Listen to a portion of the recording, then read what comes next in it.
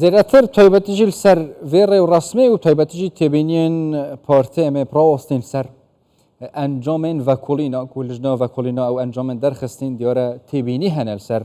encaman çi karek dêbête kirin ji bo ku rastî diyar be çî tûmetbar e qerebûkirina taybetîjî zirarmendan dê çabe berês ka we Ehmed Fethullah kaderê pêşkeftiye Partiya Demokrata Kurdistanê ji Kerkûkê gelme da berês ka we gelek spas ku gelme da carê destpêkî ez têbîniyên serkarên lijneyê behs bikim çunkî berês Şaxewan Ebdullah jî êmaje pê kir têbînî hene ew têbîniyên li ser encamên vekolînan çi ne û dê çi tiştek bête kirin ji bo ku tiştê rast ya ku heyî bê eşkere kirin. بە ناوی یەزدانی بەرزی درۆڤان سڵاوێکی کەرکووکیانە لە جەنابەت و بینەرانی خۆشەویست ڕاستیدا ئەوەی کە دەیبینین لە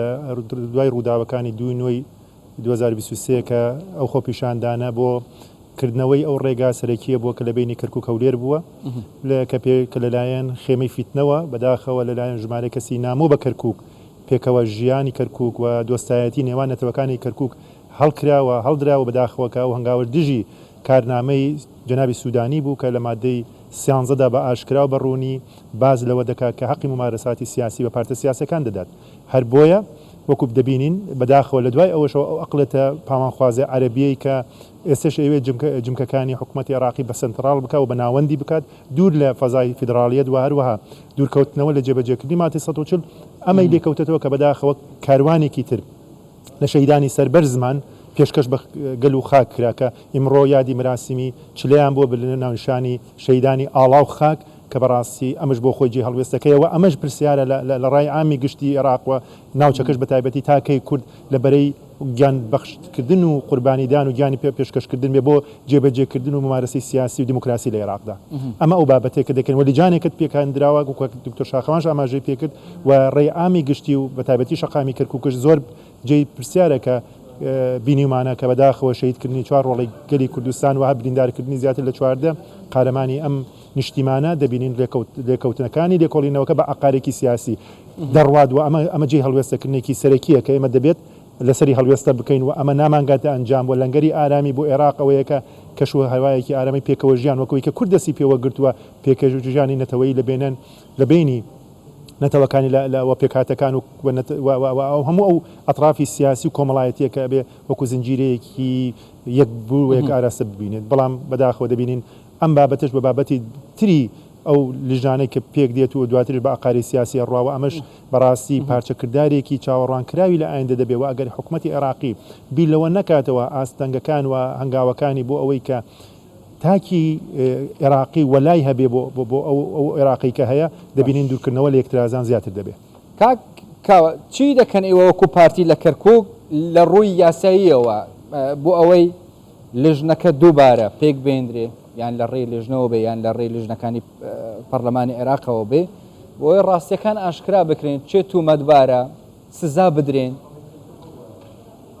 هەنگاوی یاساییتان چ دەبی یعنی دوای ئەوەی کە قۆناغیەکەم تێپەڕی و تێبینیشتان لەسەری هەیە ئەو تێبینانەی کە تێبینەکان لە خۆڕان نەهاتووە تێبینەکان زۆر واقعانەیە و دەبینین کە وەکو لیجانەکان لە جاتی لیجانی کاری ئیداری خۆیان بکەن بە لیجانی سیاسی دەڕەوە و زیاتر بۆ زەمەنکڕینە کە یانەوێ بە شێوەیە لە شێوەکان کات بکردن بۆی کە قۆناغەکە بڕات بەداخەوە بکرێتە مزایدێکی سیاسی لە کاتی بانگەشی هەڵبژاردن بەڵام جێپرسیارێک لێرەیە ئەوانە بێت دەبێت ئاگادار بن جەنابی سەرۆک بارزانی وەکو خۆی وەکو ڕابەرێکی نەتەوەیی و کاریزمایەکی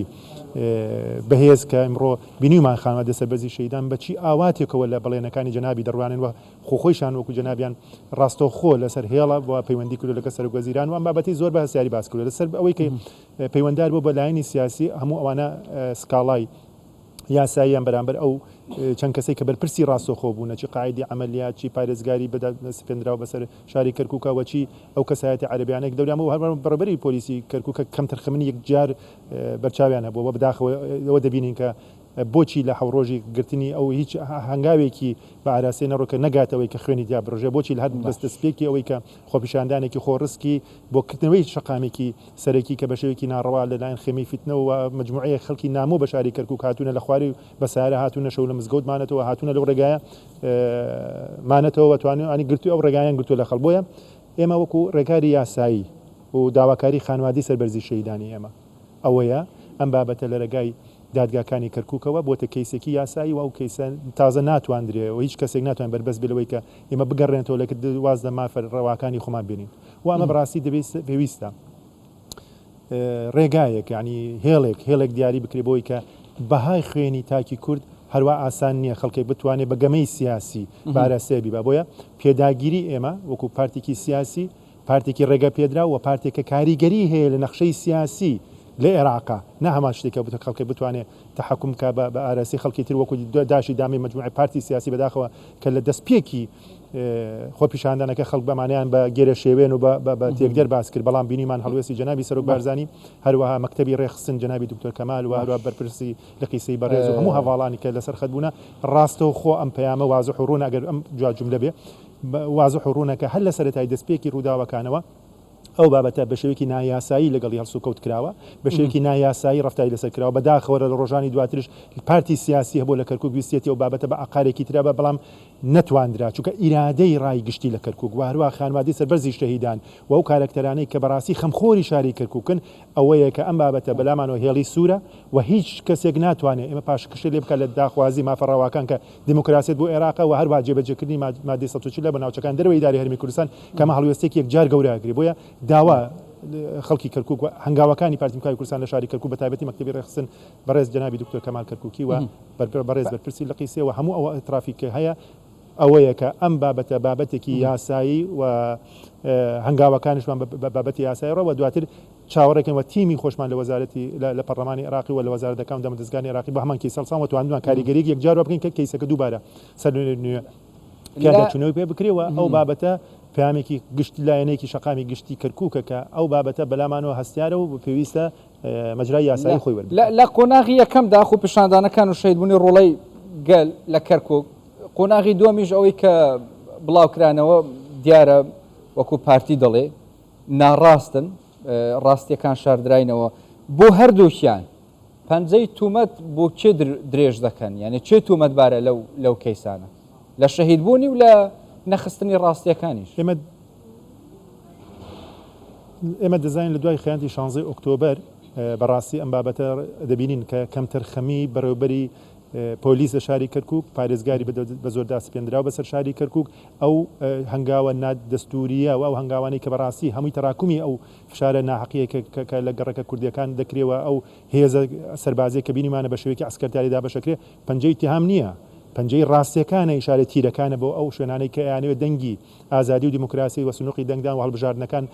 بە سێبەری هەشتی شعبیان و ئەمریکای پێڵەن دەباباتی عسکەری وەکو دەبینین بارگاکان دەبینین کە بەداخەوە چی شەڵس و کەوتێک لەگەڵەکرێ بۆیە مەسەلە ئەوە نییە مەسەلە واقعەکە ڕوون و دیارە کە ژمارەیە خەڵکی دانیشتی گەڕێکی شوێرا و